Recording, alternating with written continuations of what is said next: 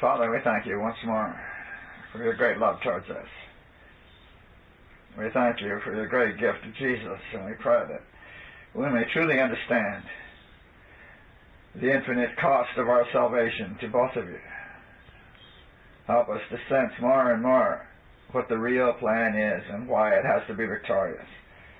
Bless us as we participate with you, as we learn how to cooperate. In Jesus' holy name. Amen.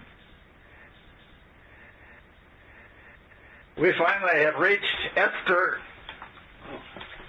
and having come to Esther, the next step now is Ezra. So we're moving right along.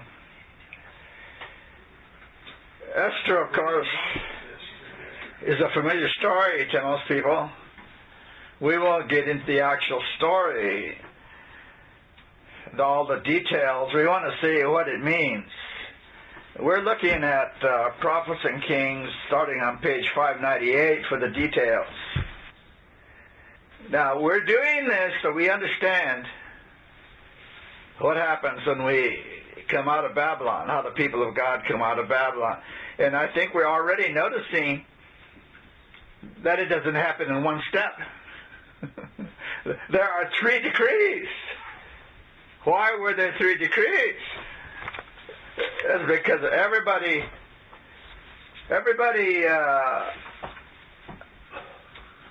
doesn't get it. It just takes a while for everybody to catch on. So let's start in the way it discusses it in Prophets and Kings. The first sentence says, under the favor shown them by Cyrus. Now there's the first decree. Nearly 50,000 of the children of the captivity had taken advantage of the decree permitting their return. These, however, in comparison with the hundreds of thousands scattered throughout the provinces of Medo-Persia, were but a mere remnant. So just a remnant obeyed God when He gave them the opportunity to come back home. How come the rest of them didn't go?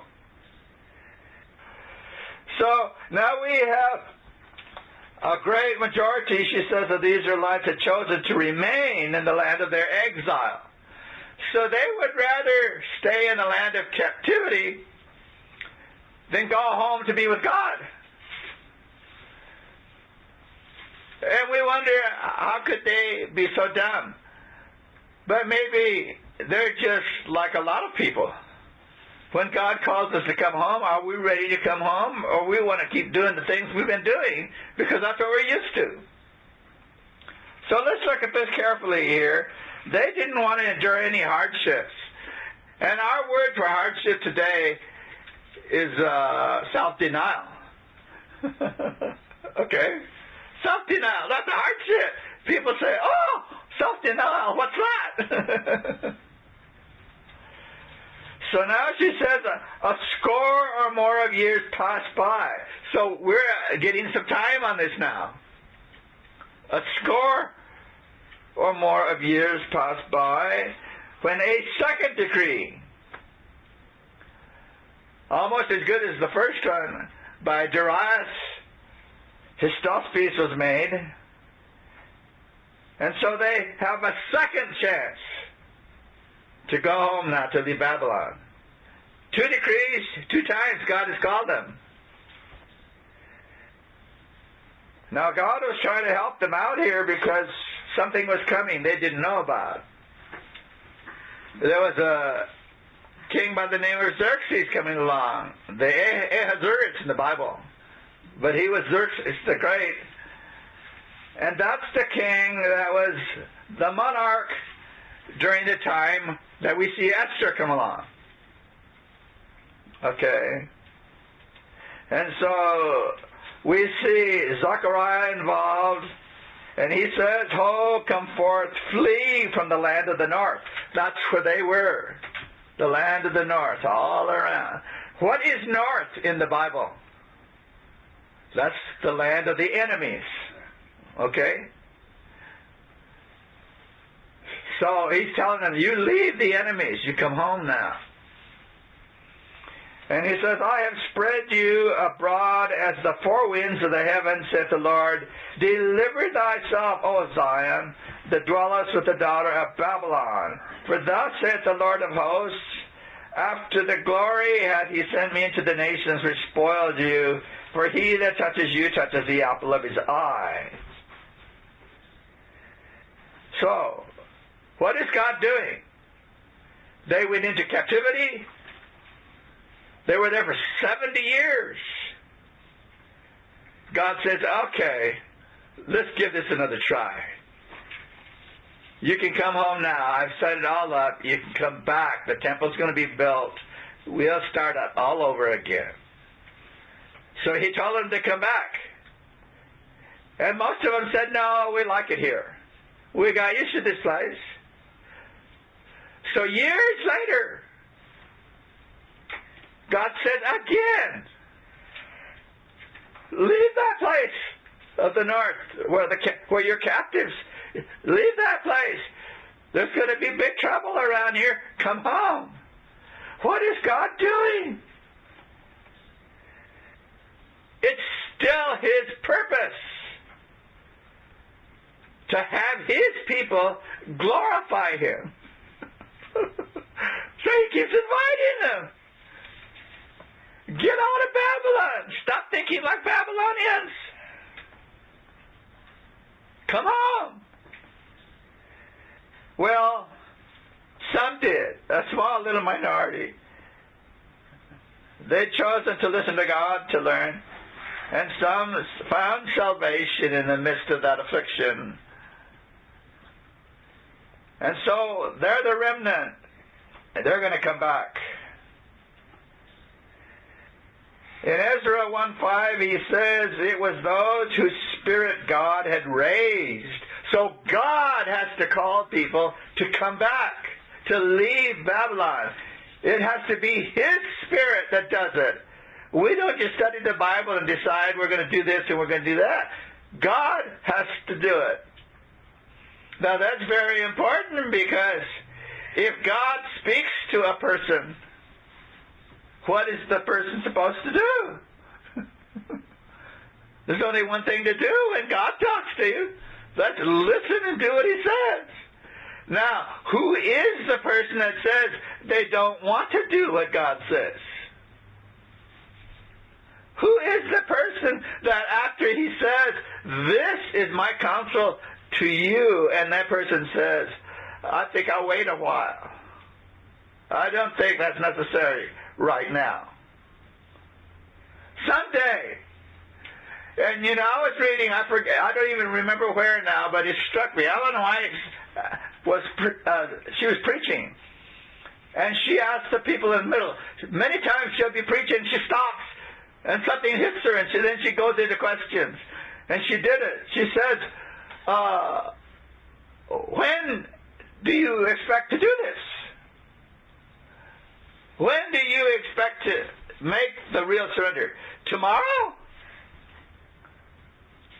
Next week? A month from now? Just when do you plan to do it? And then she hits them. She says, well, your plan isn't going to work because you're never going to do it. You're not going to do it, because the longer you put it off, the worse it gets, the harder it gets. You're not going to do it. Well, here, God is calling these people, come home. And just a few do, they come. But most of them say, no, we'll wait. We like it here. We'll wait till you build it all up, when everything's built up again, and then maybe we'll go over there. Well, anyhow, Ellen White says an interesting thing here. She says, but God ceased not to plead. He has to plead with people to be saved. Isn't that amazing? He has to plead for a person to want eternal life and to live with him. They're too happy doing whatever they're doing. They say, no, we'll wait. maybe it's not that good. That's really amazing, isn't it? So he had to plead with those who voluntarily remained in the land of their exile, and through manifold agencies he made it possible for them also to return. So he's appealing, he's pleading to the people who don't want to take what he's offering. Then she says the large number of those who failed to respond to the decree of Cyrus remained unimpressible to later influences. So this call doesn't do him any good either. But God is doing it. He keeps trying. And it says, and even when Zechariah warned them to flee from Babylon without further delay, they did not heed the invitation. Now, Zechariah didn't just say, it's time to come home. He's warning them. You know, there's some bad stuff coming if you don't leave this place. Babylon is not a good place to want to stay.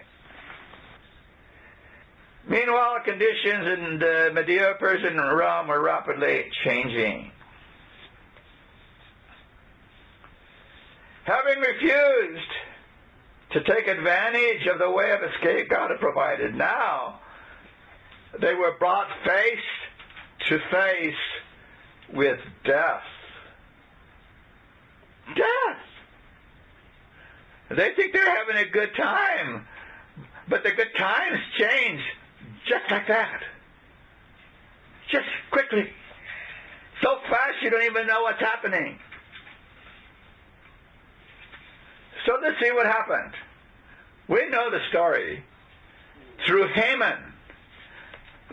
Now, I would like to really make an impression here with you. Through Haman, an unscrupulous man high in authority in Medo-Persia, Satan worked at this time to counterwork the purposes of God. How many people did it take? One person. High in government. Just one person. Now, I hope you're understanding that. This isn't going to take 50,000 people. This is not going to take every church in the land. It's going to take one person that Satan can use. Haman cherished bitter malice against Mordecai, a Jew. Now, who is Mordecai? Well, she doesn't talk about what he's doing there because he's one of the ones that didn't go. He's still there. And she makes no comment about that I have seen. But to me, there's something going on here. Mordecai is still there. And he is one of the king's servants. He sits at the gate with other servants that sit around at the gate of the king's entrance. But what had Mordecai done that made this Haman so mad? Well, there's a lot of time going on here. We don't think about it, but you know, just finding a wife for the king, that took a year of preparation for all the women that came. Yes, they prepared those women a year before they got to see the king. So there's time going on here. Haman came into the picture, and it took a while for him to work his way up to the high position. So we're dealing with time here. During this time, when Haman got to be a big shot, the king was listening to him saying certain things. And Haman was told to be part of the gate thing with those servants there, that all those people were to bow to him. And he thought that was great, and that was the command of the king. Bow to Haman. Well, Haman enjoyed all that, except there was one person that wasn't bowing. Why wasn't he bowing? He worshipped the one true God. And he said, that's the only person I bow to, is the one true God. How many? He didn't say Trinity. He didn't say three. He said the one true God, and he would not bow to him, and that really upset Haman. I mean, he really got all torn up over this. He said, who is that guy? He's a Jew. Oh, I know about Jews. Yeah, my father and our family knows about Jews. He's bad news. He's never going to bow to me. I can't have that.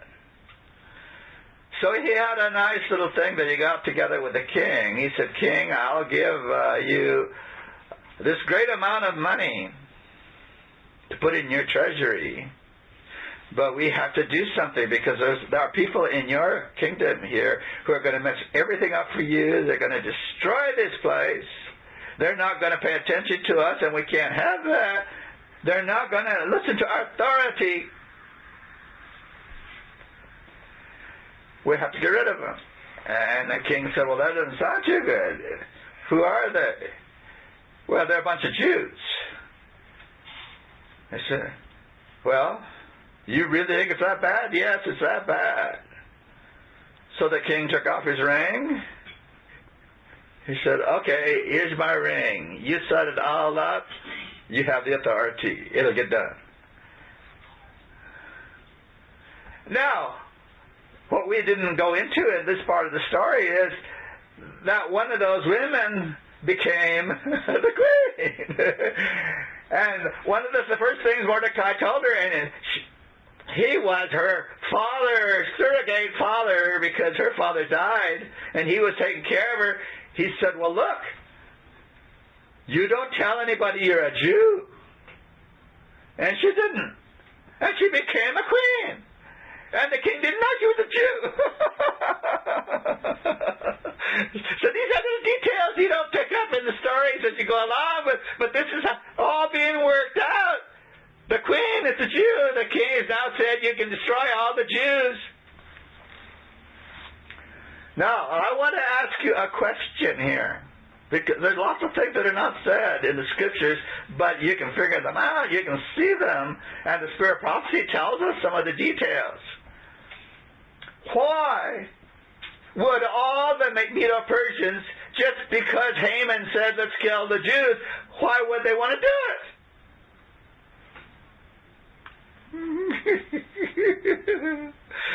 Because Haman figured it out, how to get people to do things that you want them to do. It says, when you kill those Jews, you get to have their property. You kill the Jew, you get the house. You get all their goodies. All of a sudden, the population says, well, that sounds like a good idea, killing Jews.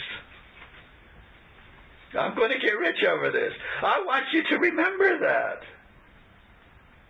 that the way you get the mob to do what you want is you give them something they want. Okay, let's keep moving here. We're trying to figure out, what is it really going to take to get out of Babylon? Destroy all the Jews. Now, why did the king set this up in the first place? He was no dummy. These people were pretty smart who ran kingdoms. Why did he go along with Haman? Well, I'm going to read it to you, because the Spirit of Prophecy tells us precisely how this happened. Misled by false statements of Haman,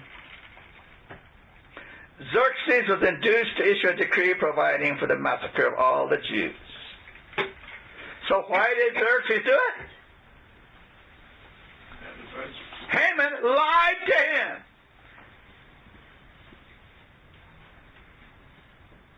This guy would go on the web really easy with false news, and people believe it. This is the first one we know about in the Bible that does that kind of stuff.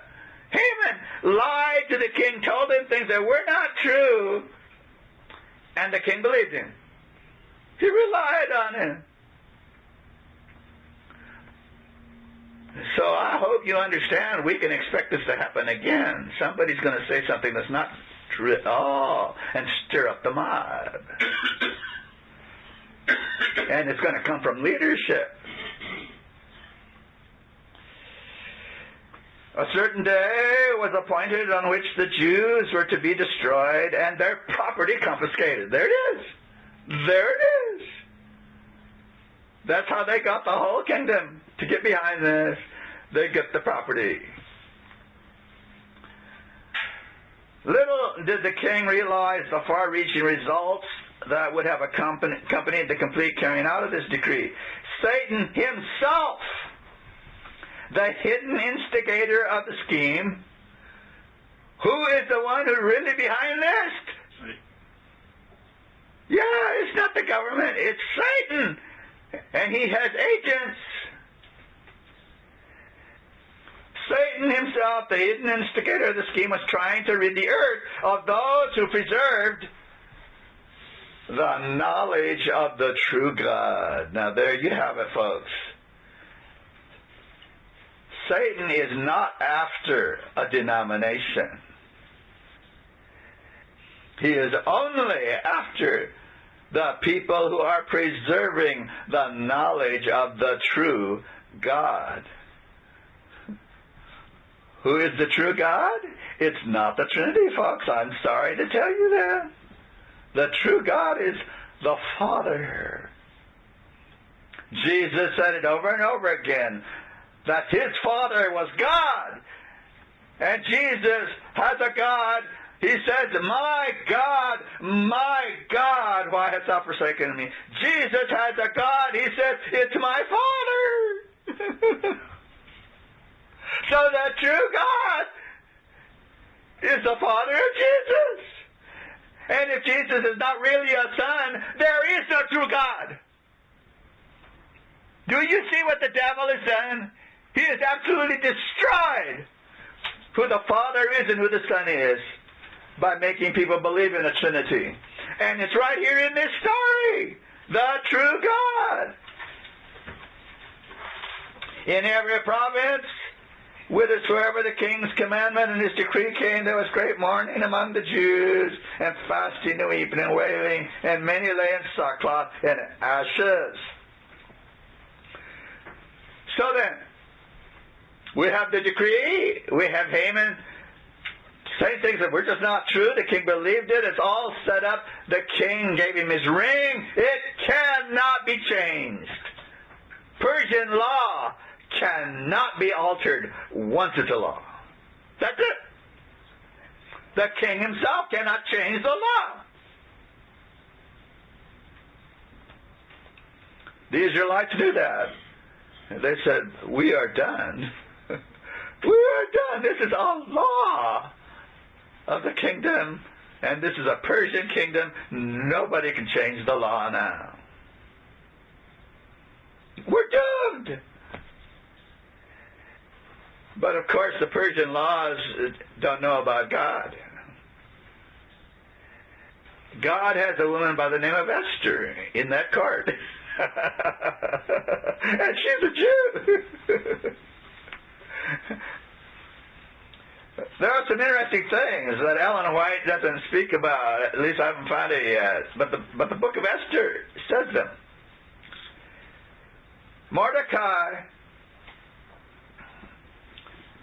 told her, we have a major problem here. She didn't know about it. For some reason, she didn't know about it. Now, it took a whole year to get around to this. On the 13th day of the first month, Haman said, it's a law now. We're going to get him. It wasn't until the 13th day of the same month of January, a year later, that they were going to do it. So there's time going on here. And during this time, Mordecai is trying to figure out what to do here. He's in sackcloth himself. And you don't do that at the king's gate. Nobody dresses in sackcloth at the king's gate. But he did. And so he sent a message to Esther, and Esther sent him back a message. She said, you can't dress like that. I'm giving you some good clothes. And he said, well, we have a problem here. All the Jews are going to be killed. And if you think you're not going to be involved, you better think again, because you're a Jew. Yeah. She had a problem too. He said, you are not going to escape this. He says, must we look around for something else, another solution? Will God come up with a different solution? That's an amazing thing for him to say. Will God come up with a different solution? Or will you get involved? So she says, well, look, I can't do this. The king hasn't called for me for 30 days. And I just can't go see him. A person who does that gets killed. So she said, here's what we need to do. You get a hold of all the Jews that you can and pray for me and fast for 3 days. And then I will go into the king. And if I die, I die. That's what. So that's what they all did. They all fasted and prayed. And then she went in there. And the king must have been happy to see her, because he lifted the scepter and said, okay, come on in. It's okay. What do you need? What do you want? Well, she told him, I would like to have a banquet. A banquet? Yes. And let's have only one guest. Who's that? Haman. Oh, yeah, I know Haman. He's my very important man here. He takes care of lots of things for me. You want a banquet for Haman? Okay.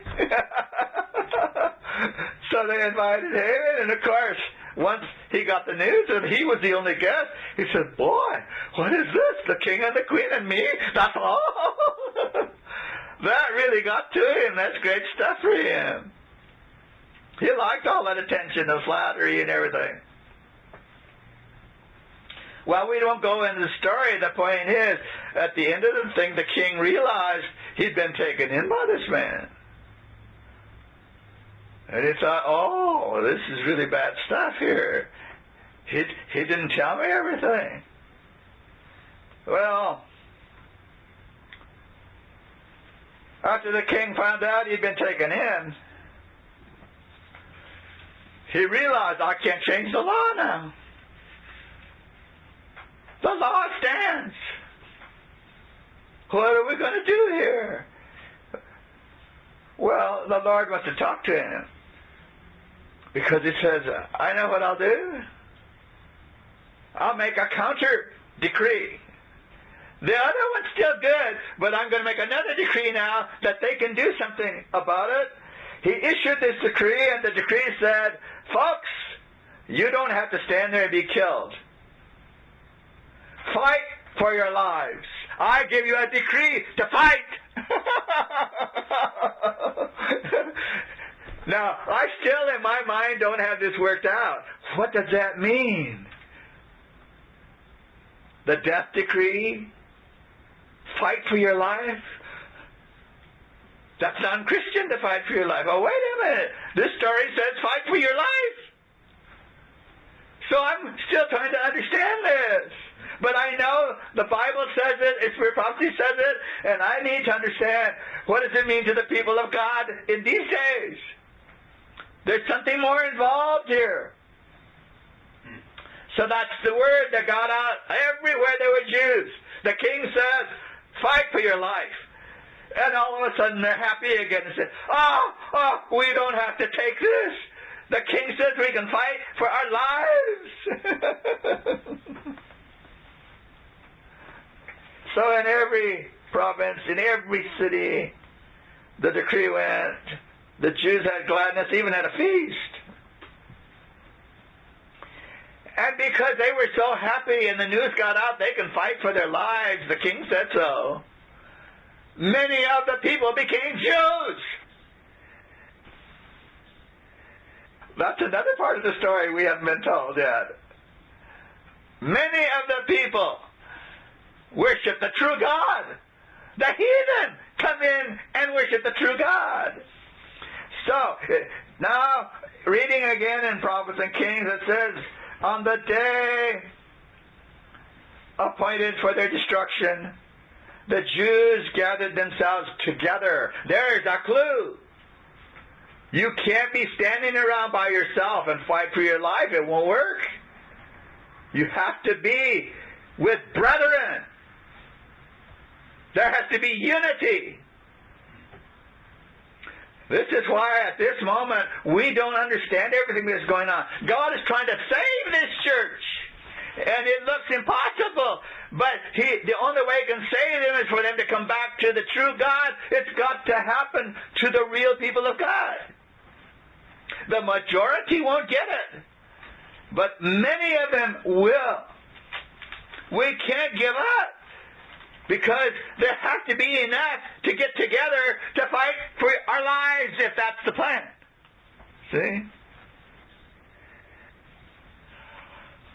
Angels. Oh, maybe this is part of it. Angels that excel in strength have been commissioned by God to protect his people. That's what it means to fight for your life. Have the angels protect you. While they stood for their lives. Now, the word changed here. In the Bible, it doesn't say fight anymore. It says they stood for their lives. The angels are going to fight for them. See? This is a tremendous story in Esther that I don't think we picked out before. It's all right there. And we know what happened to Haman. The king asked him, what should I do for a man who has done tremendous things and I want to reward him? What would you suggest? And Haman said, oh, I not only get a banquet, he wants to reward me for being such a great person. And so he told him all the things he would like. He said, oh, you get a horse, the king's horse, and you let him ride through town, and you do this, you put some clothes on him, the king's clothes. And he listed a bunch of stuff that he would really like, that he would be honored by that town. And so the king said, okay, we'll do all of that. And Haman said, oh, that's going to be wonderful. The king said, do that for Mordecai. What? Yes, Mordecai saved me from being assassinated. It was all planned out, and he heard about it, and they told me. And we took care of that problem. I have to reward him. And Haman said, oh, no, it wasn't me. It's Mordecai that's going to get the reward. Well, we know the upshot of it all is Haman himself got hanged because he built a gallows for Mordecai, and he got them instead. So here we have Haman out of the picture, and now Mordecai's the big shot. He's been brought in to be the big shot. He was next to the king himself. And so the Jews come out pretty good in all of this. So the Jews are in good shape again. God stepped in, and he's giving them another chance to come home. But it was not until several years later, in the 7th year of Artaxerxes, the successor of Xerxes the Great, that any considerable number returned to Jerusalem under Ezra. So now we are coming up to Ezra. This is where we have been wanting to get out the whole time. But we're getting there. I just didn't want to leave out the details before. She says the time of Esther is not the only time this is going to happen, what we just heard about. In the end of the age, in the last days, God's true people, the ones that serve the true living God, are going to have a similar experience. The dragon was wroth with a woman and went to make war. with the remnant of her seed. He knows how to do it. He's done it before. He's going to do it some more. Which keep the commandments of God. This does not say which pretend to keep the commandments. It doesn't say those who try to keep the commandments. It doesn't say anything like that. It says those who keep the commandments of God. And have the testimony of Jesus. Some who today are living on the earth will see these words fulfilled. Interesting comment. The same spirit that in the ages past led men to persecute the true church will in the future lead to the pursuance of a similar course towards those who maintain their loyalty to God. The same spirit. Whose spirit is that? Satan. Did you say Satan? Well, is it the spirit of Satan, somebody else other than Satan himself? I mean, isn't there Satan and the spirit of Satan? Yeah, we all get it, don't we? There's no God and the spirit of God and two different things. No, the spirit of God is God, just like the spirit of Satan is Satan. These sentences are everywhere in the spirit prophecy. We just want to notice them. They're very easy to understand if you just look at them.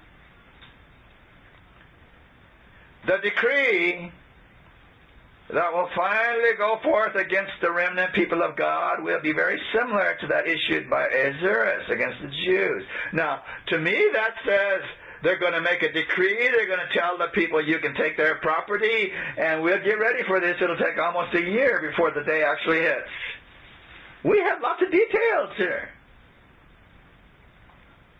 Today, the enemies of the true church, not a denomination, folks, the true church, see in the little company,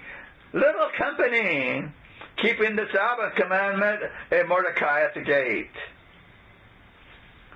The reverence of God's people for His law is a constant rebuke to those who have cast off the fear of the Lord and are trampling on His Sabbath. Now let's stop for just a moment. The reverence of God's people for the law. How do they show their reverence? They are happy to keep the law of God. They love the law of God. It's their meditation all the day long. They don't grumble and complain and say, oh, I have to keep that law. Oh, that law really drags me down. No, they don't say that. These are the commandment keepers.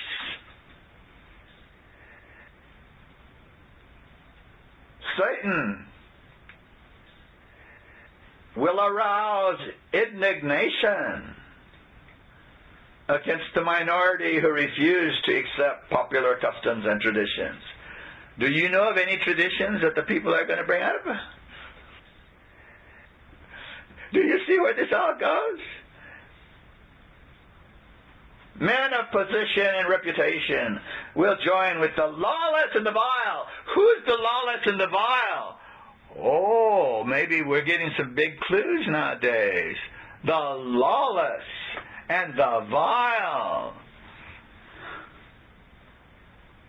To take counsel against the people of God. Wealth. Why did she say that first? Wealth. Genius, education will combine to cover them with contempt. Persecuting rulers, ministers, and church members will conspire against them. With voice and pen, by boasts, threats, and ridicule, they will seek to overthrow their faith. By false representations, there it is, there's Haman. By saying things on the web that aren't true. You get all these crazy people believing it. So I'm going to read the rest of it now. By false representations and angry appeals, men will stir up the passions of the people. There's the mob. not having a thus saith the Scriptures to bring against the advocates of the Bible Sabbath, they will resort to oppressive enactments to supply the law, to secure popularity and patronage. Legislators! Why did you have to say it so plain? Legislators! That's Washington, folks! Legislators will yield to the demand for Sunday laws. So she just told that the U.S. government is going to be behind all of this. But those who fear God cannot accept an institution that violates a precept of the Decalogue. On this battlefield will be fought the last great conflict in the controversy between truth and error. And we are not left in doubt as to the issue. Today, as in the days of Esther and Mordecai, the Lord will vindicate His truth and His people. All right, I'm going to try to read part. We don't have time to do the whole thing. The title of a Signs of the Time article that I want to look at is Our Country. She's going to tell us about our country. And I thought the date was a fantastic thing for God to do, to warn us and to tell us something. The date of this Signs of the Times article is July 4th. July 4th, Our Country, 1899. Now, I have to tell you that if you're interested in finding out things that you don't always see, read the Signs of the Times article on both sides of this one. For several articles later, they're all amazing articles. All right, I'm going to start looking at it now. The greatest and most favored nation. Oh, what is she saying? The greatest nation. The greatest and most favored nation upon the earth is the United States. A gracious providence has shielded this country and poured upon her the choicest of heaven's blessings. Here, the persecuted and the oppressed have found refuge. That's what this country's for. Here, the Christian faith in its purity has been taught. She said, but something's gone wrong. A record is being kept of everything that's been happening. She says, a fearful record now stands in the register of heaven against our land. But the crime which shall fill up the measure of her iniquity is that of making void the law of God. She says it's a battle not between rival churches contending for the supremacy, but between the religion of the Bible and the religion of fable. God's holy word, which has been handed down to us at such a cost of suffering blood, is but little valued. Now, we did 10 meetings on that subject. The Word of God, which is in the English language, the King James, that is flaunted by everybody saying, no, it isn't. Every church says the King James is old-fashioned, is no good. She says it was handed down to such cost and suffering of blood, but it's little valued. The Bible, and when she says the Bible, she's talking about the only Bible she ever preached out of. She never preached out of any Bible except the King James. The Bible is within the reach of all, but there are few who really accept it as the guide of life. Infidelity prevails to alarming extent. Not in the world merely, but in the church. Many have come to deny doctrines which are the very pillars of the Christian faith. Creation, atonement, law of God. She names them. And of course, in her day, the Seventh-day Adventist Church all believed in the true living God. There was no Trinity in the Adventist Church while she was alive. So she never raised it as a specific issue, except to say that when Kellogg stood up, he ruined the personality of God. He destroyed it. He took it away. In rejecting the truth, men reject its author. In trampling upon the law of God, they deny the authority of the author. They have a philosophical idol, and that philosophical idol is like Baal, the sun god. She names that one, the sun god. When the standard of righteousness is set aside, the way is open for the prince of evil to establish his rule in the earth. Do you see what the devil is after? He wants to set it up so he is the ruler of this earth. And the only way he can do it is to be the mind behind the human rulers. Wherever the divine precepts are set aside, sin ceases to appear sinful, or righteousness desirable. Those who refuse to submit to the government of God are wholly unfitted to govern themselves. So you just think about who the people of this country vote to be their leaders. Do they ever think about, are these people Christians? Of course not. Because the people voting aren't Christians. And do you know, when I say that, I know what I'm saying, because in this last election, the evangelical churches all voted in one direction. Yeah. You can go check that for yourself. Through their pernicious teachings, the spirit of insubordination is implanted in the hearts of children and youth. That's exactly what's happening right now. We don't need to look into the future. The children are being corrupted, and they're learning how to hate, and they beat up on people. It's happening in the schools right now. And I'm wondering, it's not just one person teaching them that. Somebody else is in the act. What's with these teachers? I'm not in the classrooms. I don't know. What are they saying to these students?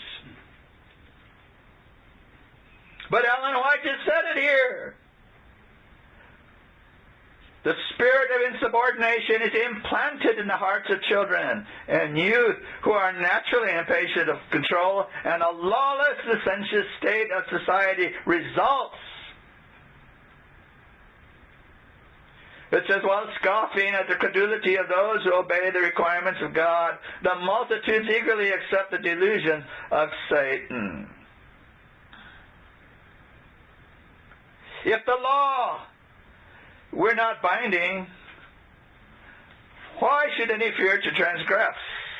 Now pay attention closely here.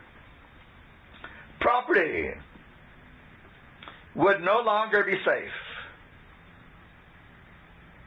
Men would obtain their neighbor's possessions by violence, and the strongest would become the richest. Life itself would not be respected. Those who disregard the commandments of God sow disobedience to reap disobedience. The marriage vow would no longer stand as a sacred bulwark to protect the family. He who had the power would, if he desired, take his neighbor's wife by violence. The fifth commandment would be set aside with the fourth. Children would not shrink from taking the life of their parents. if by so doing they could obtain the desire of their corrupt hearts. The civilized world would become a horde of robbers and assassins, and peace, rest, and happiness would be vanished from the earth. Do you think these things can really happen? She was writing prophecy. I think if you want to read carefully, you can go read a newspaper and see all this stuff. If you pay attention to the web, you'll see it on the web. This is not in the future anymore, folks. But there are people who want to say, oh, this has always been. No, it hasn't. There are people who want to say, oh, it's okay, it'll go away. No, it's not. That's not the history of man. It doesn't go away. Something is happening we better pay attention to.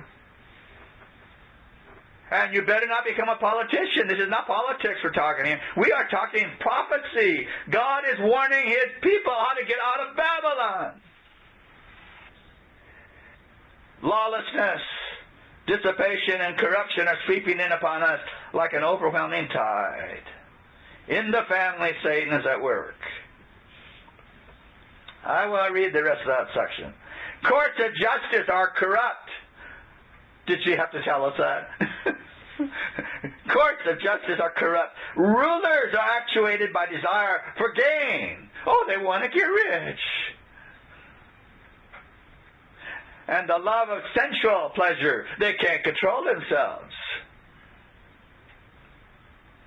Intemperance has beclouded the faculties of many, so that Satan has almost complete control of them.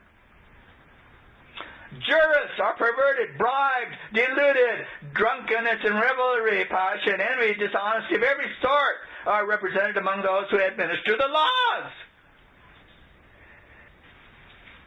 Justice standeth afar off, for truth is fallen in the street, and equity cannot enter. Our land is in jeopardy.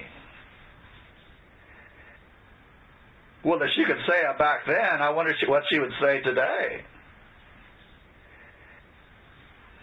The time is drawing on when its legislators shall so abjure the principles of Protestantism as to give countenance to Romish apostasy.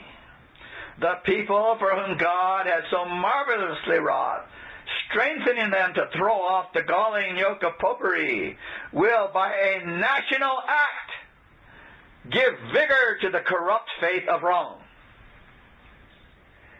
and thus arouse the tyranny which only waits for a touch to start again into cruelty and despotism. Do you know what that means? It means the leaders don't rule with the people, for the people, and by the people anymore. They become dictators after they've been elected. That's despotism. In other words, we don't ask you anymore. We tell you what you're going to do. With rapid steps, are we already approaching this period when Protestant churches shall seek the support of the secular power, thus following the example of the apostate church, for opposing which their ancestors endured the fiercest persecution? Then will there be a national apostasy, which will end only in national ruin. Now, folks, I didn't tell you any of my words here. I'm reading these from the Spirit Prophecy. July the 4th. It's titled Our Country. Go home and read it carefully for yourself, over and over, and see if you recognize any of this. Let God talk to you, because if you don't get it, you are not going to be a soul winner for Jesus Christ. You're going to be too busy doing the things it says in here not to do. You know, Jesus is waiting for a people to start paying attention. And He's warning us how to get out of Babylon. We're going to start into Ezra next time. And we're going to see some more. And I hope we begin recognizing some of these things, because God told us in all these prophecies how to be a real Christian.